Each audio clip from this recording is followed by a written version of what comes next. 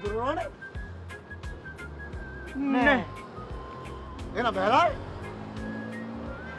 ඇයි හොයාගේ යාළුවෙක් කියලා හිතුවේ නැද්ද? සෝරි මචං. බෑ. අඳුර ගැනීම සතුටක්.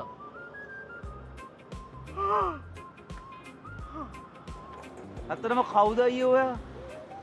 ඇයි අහිංසක අපි දෙන්න පස්සේ මෙම පන්න ඇවිල්ලා කරදර කරන්නේ? අපි මොකද්ද වැඩ කරපු වැරද්ද? අපි දුප්පත් නිසාද අයියෝ එහෙම කරන්න අපිට? ඒකද? ඇත්තටම ඔයා කවුදයි? ඔයාට අසනීපයක් තියනවද? සමබර ධාන්‍යමය පෝෂණයෙන් සපිරුණු දේශයක් ගොඩනගන අසම සම සමපෝෂ